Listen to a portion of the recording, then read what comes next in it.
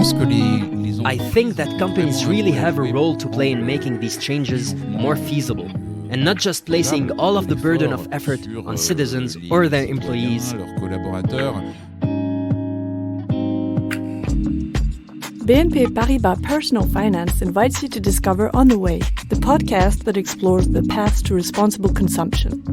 Whether entrepreneur, people from the world of business, or researchers, On the Way gives a voice to those who day after day are helping to develop more sustainable consumption. Welcome, and I hope you enjoy listening.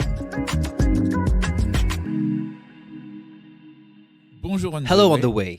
My name's Antoine Sire, and I'm Director of Corporate Engagement at the BNP Paribas Group. My professional career has mostly been in the banking sector and mainly at BNP Paribas, where I first started working quite a long time ago now. That was in 1997, I first arrived as Director of Communications. At that time it was BNP. And then I worked on the BNP Paribas merger, including on creating the logo with the stars that we still have today. I was communications director at the group for 16 years, and then I left for a few years. At that time, I had no plans to return, and I left to do a project that has nothing to do with the bank, which was writing a major history of the actresses of the golden age of Hollywood, published by Actes Sud, which did pretty well. And while I was working on that project, I did a bit of consulting on the side. I was working at a communications agency, and one day, Jean-Laurent Bonnafé called me. He asked me if I'd finished my book yet. Was I happy with it? Had it done all right? And I said yes, and he said to come and have breakfast at the bank, and so I went to see him. And so he said, listen, people are getting more and more worried about the climate, about regions, about inequality. These are things that we really need to put right back at the heart of our activities. We'll probably need someone to deal with them full-time. How would you like to be that person? I hadn't been expecting that, but of course, when he made the proposal, it was very hard to refuse, and so I accepted there and then. And so that was in 2017, about 5.5 years ago, and so I came back to BNP Paribas for the second time to manage corporate social engagement, meaning the bank's environmental and social projects. So if Jean-Laurent asked me to do this, I suppose it was partly because it's a project that has to involve the entire bank, and I was used to working in a very broad way with people at the bank. That was part of my way of working, being in close contact with all our business lines and in all our countries. And it's also because really these are subjects that have always interested me. They've always fascinated me. So in terms of the societal impact, I first approached it from the social aspect. Because when the BNP Paribas merger happened, BNP and Paribas were both partners of ADI, which is a charitable bank that helps some 40,000 people every year in setting up their businesses, people who have been slightly distanced from the traditional banking system. ADI was then supported by BNP Paribas and developed enormously with the support of BNP Paribas and also with the help of a lot of executives from the group volunteering their time. And then in 2005, BNP Paribas became the leading private employer in Seine-Saint-Denis, and at the time the notorious suburban riots happened. And well, it was an ecosystem that I knew quite well personally. And so I went to see our directors and said that it was incredible that we were so strongly established in the politically charged districts of the city, and that our presence could be something of an opportunity for those neighborhoods. And so there again, that triggered a movement that was quite important. And so, since that time, we've supported over 1,000 associations based in the politically charged districts of the city. We implemented the Odyssée Jeune project, which sent some 50,000 young people from Seine-Saint-Denis on school trips. And we support charities working on equal opportunities, such as Nos Quartiers ont du Talent, whose pilot was created with employees of BNP Paribas Personal Finance. So we've really got a very strong presence in these areas. And then in 2010, I realized that environmental issues were also going to become increasingly important. It was still a bit of a new thing at the time, but environmental issues were probably going to become much more central than they had been in banking. And so we decided that we were going to start approaching the subject from a sponsorship angle, because it's often a way that allows us to use it as a pilot, before transformational subjects really come into the company's business. And so we created the Climaton Biodiversity Initiative, which we also established with the new director of CSR, who we have recruited at that time in 2010, and that was Laurence Pessez, who has displayed a very important role in constructing the group's environmental engagements. And so we went off in that direction, and of course we very quickly came into contact with scientists, people like Jean Jouzel, who helped us create the Climaton. All that allowed me to get much closer to environmental issues and to understand the very important issues behind them, notably the climate aspect and also the issue of biodiversity, which we must never forget, and that's very important. I think that with everything that relates to the transformation of ecology, you really have to reverse something. And you can see it. That's why biodiversity is really interesting. Because you often see it then when you return a space back to nature and nature takes over again. So for the climate question, that's much more complicated, as there's inertia. But even there, it's actually about reversing a model. That means the last 200 years, it's not something all that recent.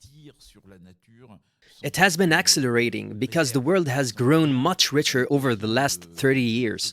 But in fact, for the last 200 years, we've had a model where we extract from nature without any reservations, with nothing to hold us back from exploiting nature. We really built our model on the idea that we could go deep into the earth to look for coal or look for oil. We had the ability to plough and irrigate fields, and everything was possible because nature was limitless. Ultimately, it's that limitless world that Jean-Marc Jancovici talks about. That's a very fair vision, as we thought we could exploit nature infinitely. And so today, we have to reverse that model, reverse that paradigm, and we understand that scarce resources are just capital. They're not labor. Because we've known for a long time that nature, including oxygen and the ecosphere, everything in which we live in a rare resource, and so the collective and individual future of our economy and of our words depends on companies learning to do a lot with a little. Whereas in recent years, we've been doing a lot with a lot, and so now we have to do a lot with a little. It's the key to all renewable energies, where you produce a lot from a little. We need to build wind turbines, and that extracts a little from nature, but once they're built, we're pretty much even. The circular economy is all about doing a lot more with less. When you produce a product that you're going to build, that's going to extract from nature, but then, for example, you repair it, you recycle it, you put it back into operation. And you don't extract from nature a second time. And all of that means economic models that are different, and companies have to deal with them. They have to transform themselves. Banks finance the economy. Often people have a somewhat fantastical view of banks. The banking business that revolves around the notion of credit. So you give loans for companies, and so for years we gave them loans to acquire equipment that allowed them to produce by extracting from nature. And now they have to transform their equipment in order to get equipment that extracts less from nature. And of course, as financial bankers to large corporations, for 200 years, we've lent a lot of money to the energy sector, which is a lot, but no more than other sectors, as the energy sector only accounts for some 4% of the loans of BNP Paribas.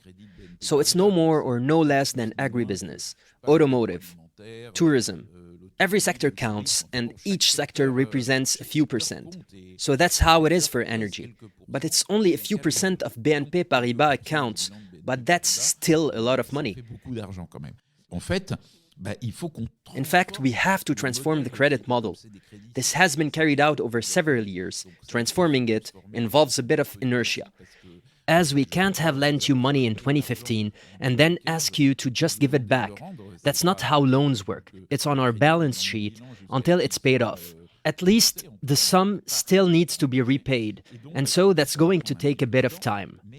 But we're in the process of completely overhauling our outstanding loans to energy companies that exploit fossil fuels. What are we funding with this loan? Is it going towards renewable energies, which are of course energies that we'd like to account for almost all energies, and as soon as possible? About 10 years ago, 5 to 10% of our loans were low-carbon energy loans, and all the rest was for fossil energies. And now, in 2022, we've made a shift. So we now have 55% of our energy loans financing low-carbon energy activities. That's much more than in the wider world. Worldwide, low-carbon sources account for almost 20 to 30% of energy. At BNP Paribas, it's already 55% for low-carbon energies, with the remainder being 45% fossil fuels. Jean-Laurent Bonnafé recently announced that we're going to implement the majority of the switchover. Most of the work is being done between now and 2030. That means in 7 years. And so in terms of oil, for example, we're going to completely withdraw from financing oil exploration and production. Currently, we have some 5 billion euros in loans for this type of activity. And by 2030, there will be a little under 1 billion, which will the remainder of loans that are yet be completely amortized. That will be a residual proportion. So in fact, we're getting out very, very quickly. Now our days of financing fossil fuels and coal are firmly behind us. The decisions we've taken over the last 5 years allowed us to exit them almost completely. There are still some last leftovers, but they're going to go away and our loans will exit fossil fuels.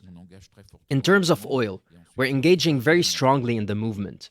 Then there's a third fossil fuel, which is gas. We've started to reduce loans and we'll reduce them by 30% by 2030. We're being a bit more cautious because we know there are supply issues.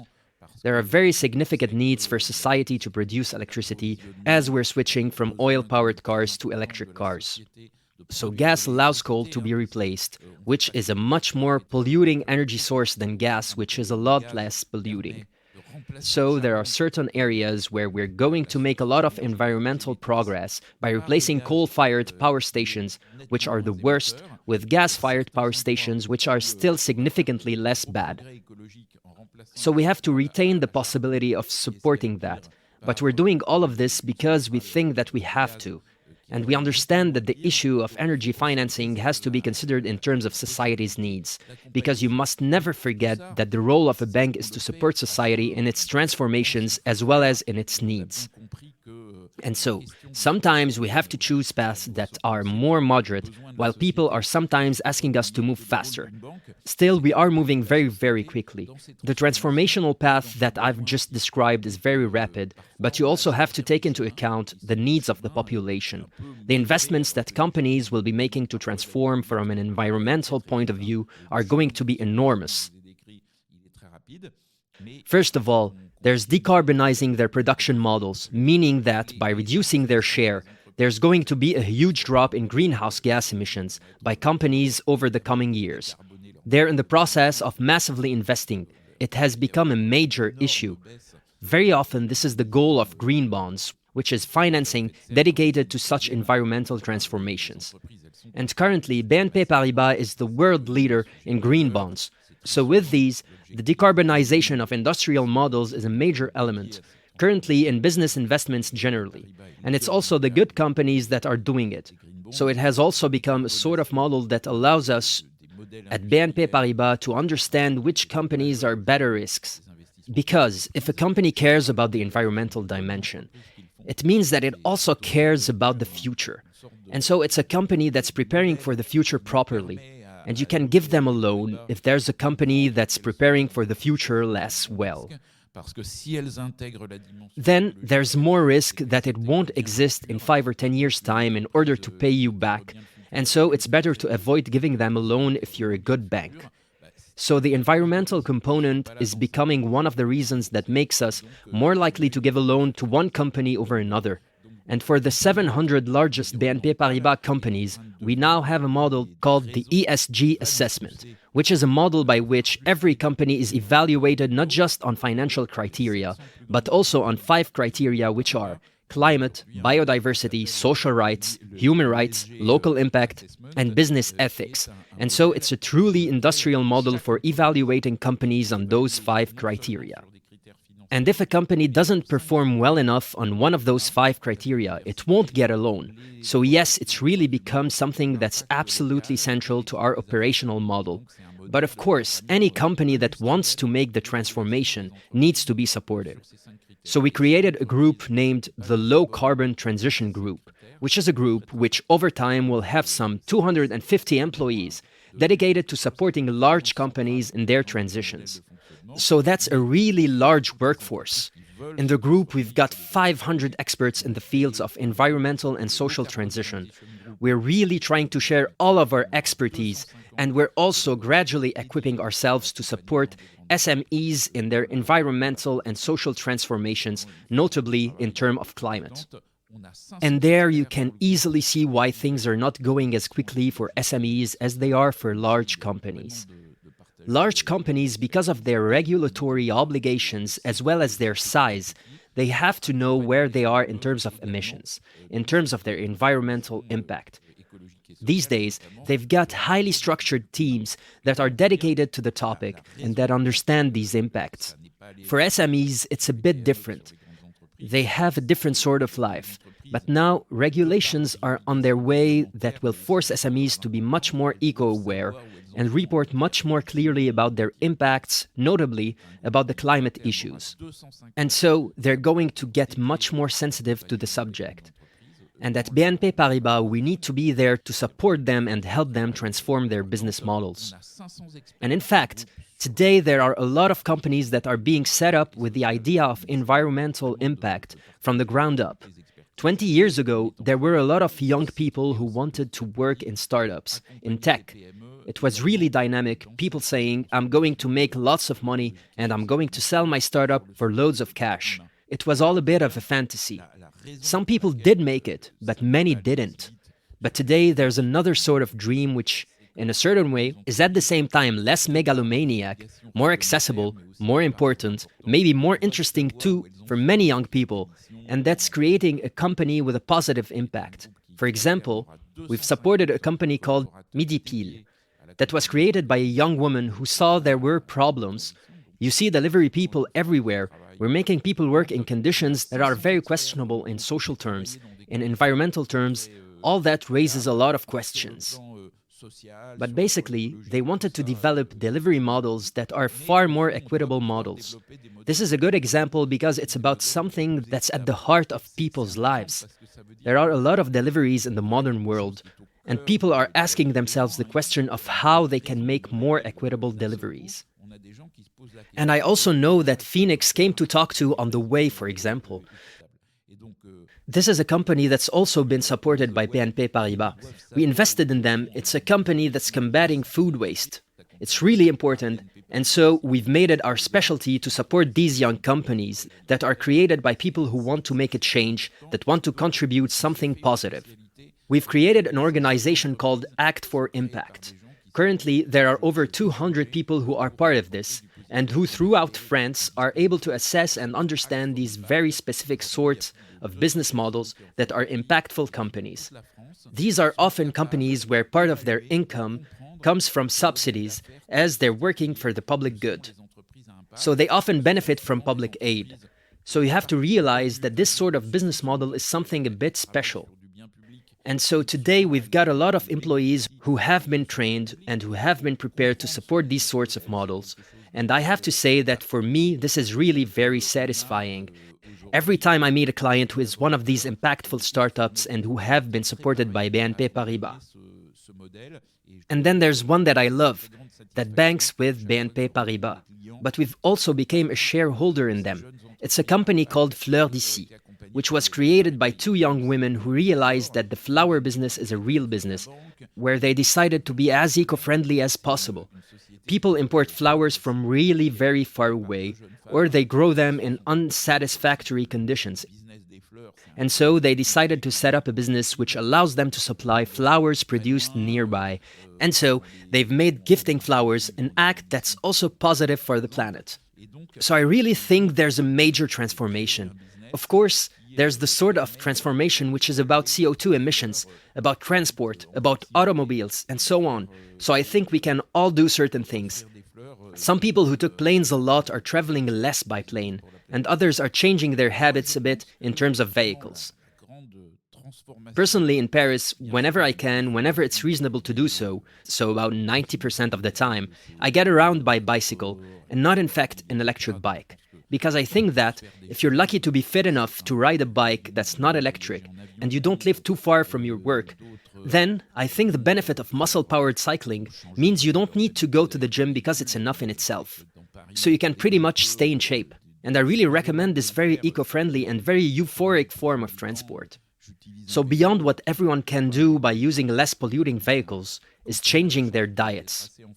In fact, when you look at the average carbon footprint of a French person, eating meat accounts for a very significant share.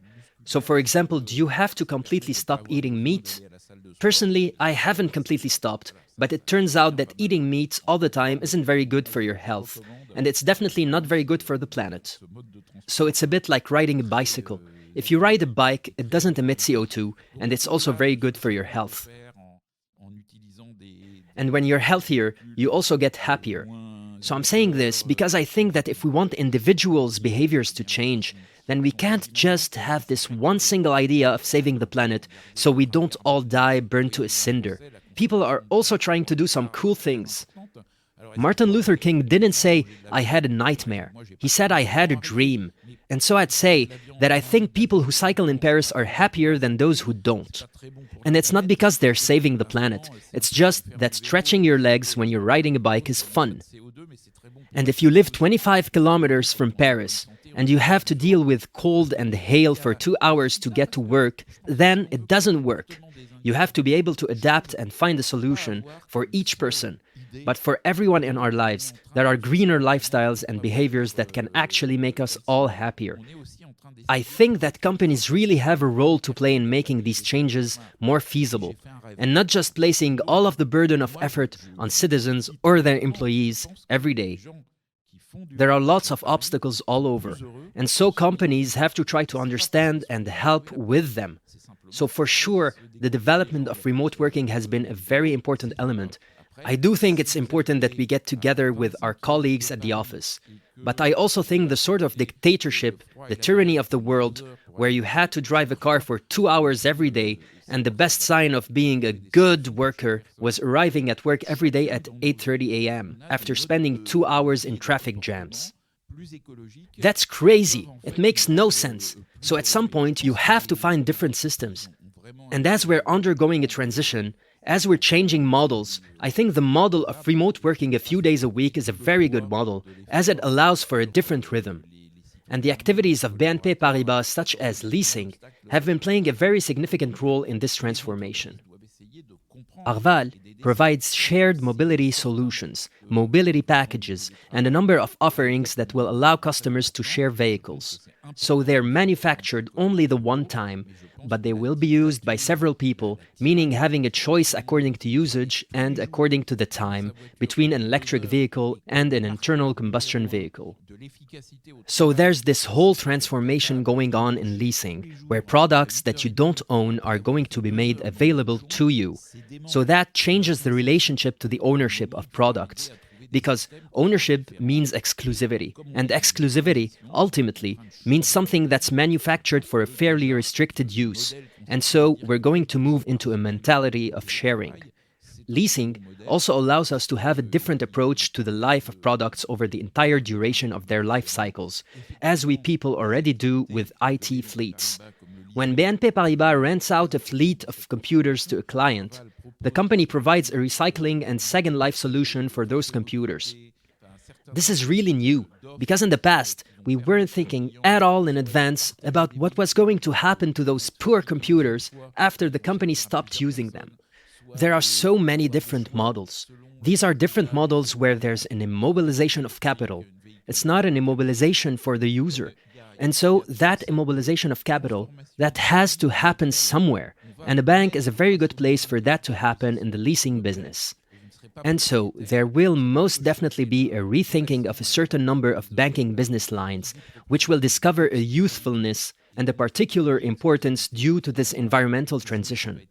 For example, The energy efficiency of housing is something that is going to be a crucial issue on which public authorities must of course place a certain weight, and it's not only necessary to improve the energy efficiency of accommodation if it only benefits people who already have money, and on the other hand, those people who have less money are condemned to live in their thermal sieves. This kind of cycle that is extremely harmful both for the planet as well as, I'd say, degrading for people. It's a fact, and it's absolutely crucial to combat it. Well, it's something that can be fixed. For example, by building systems whereby home savings schemes, employee savings schemes, a number of things can be more easily assigned to the renovation of buildings where you have loans guaranteed by the state. Because such guarantees still cost the state less than paying out subsidies. We saw this at the Olympic Games. PGEs are something that led the banking system to support companies to bridge the gap in the right conditions. There's a lot of capital in the market. This capital has been used in a very pertinent way to help the economy to bridge the gap.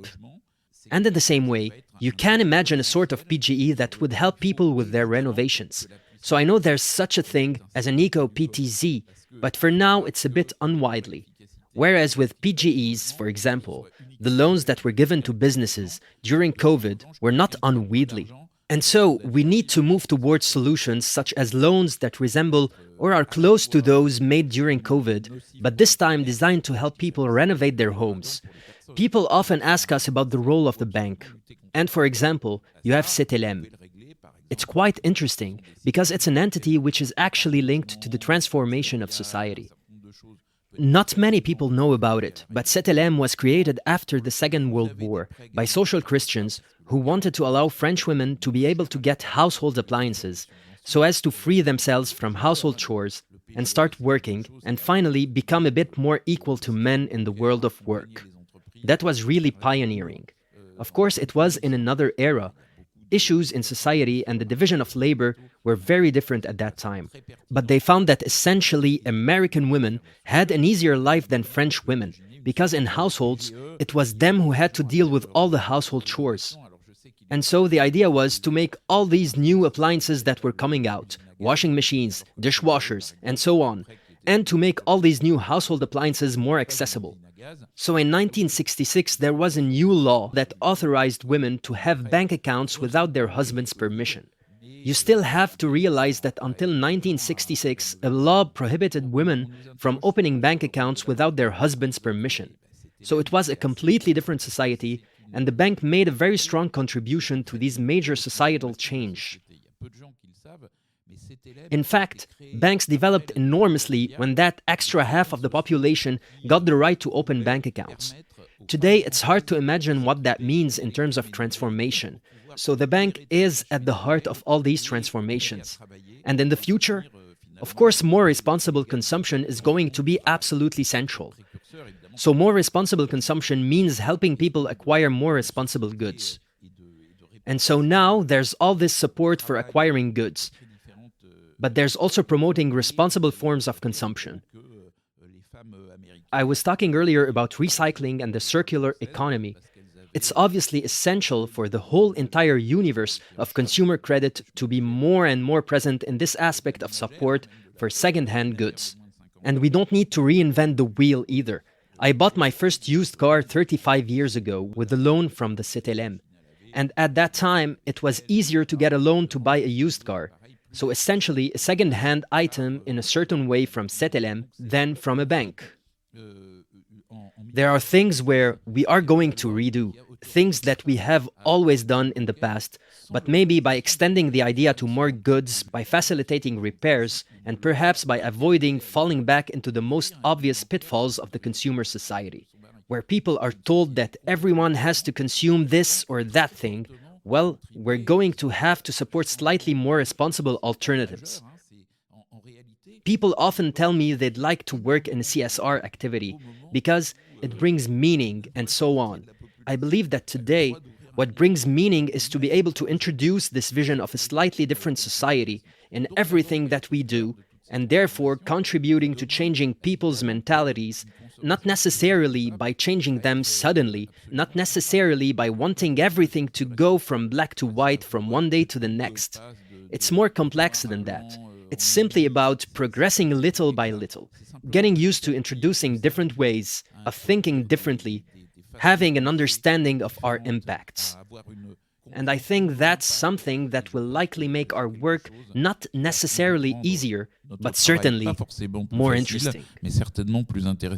You can find all the episodes of On the Way on your favorite podcast platforms and on the personal-finance.bnp Paribas website.